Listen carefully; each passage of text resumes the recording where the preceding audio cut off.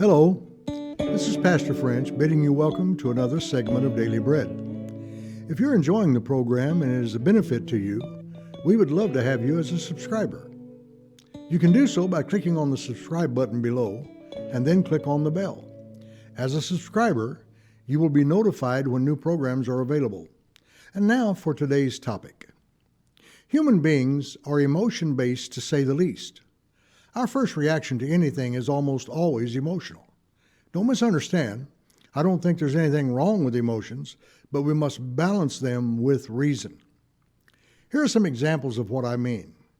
Politicians, when running for office, always play to the emotions of people. They use the emotionally charged topics in their speeches to arouse the crowd. Almost all advertising is geared to the emotional side. Use this and it will make you feel good, look good, and even smell good.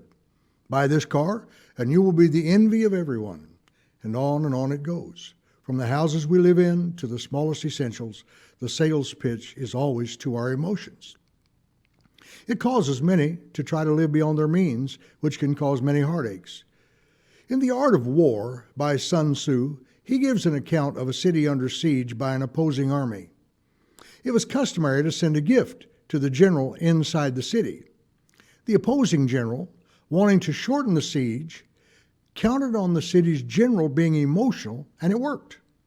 The opposing general had his men urinate into large urns, covered them, and sent them into the city.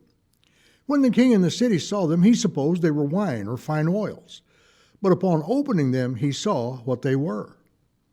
He became enraged and immediately ordered his army to leave the city and attack the besieging army who were lying in wait. Once outside the city, they fell into the trap prepared for them, and the city was lost.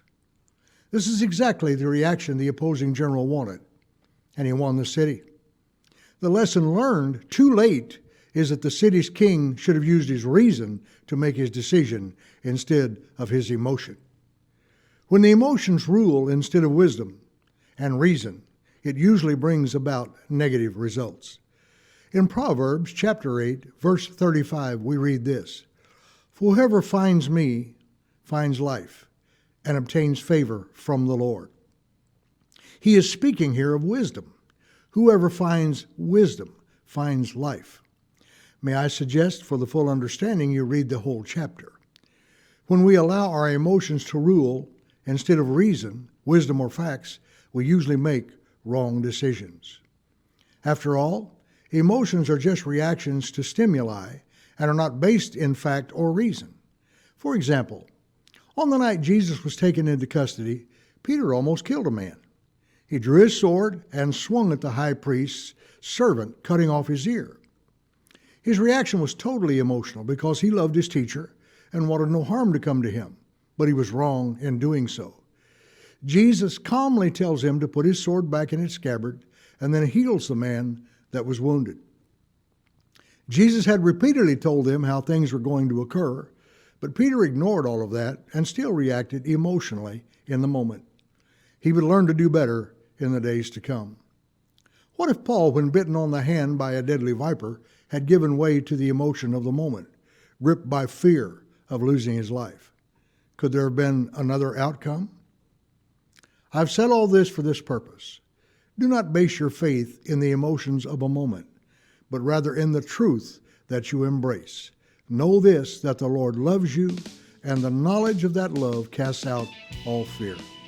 Face the day with wisdom and reason, and they will be a light to your path. It's something to think about. Thanks for watching, and remember, until next time, give love, give life, give Jesus.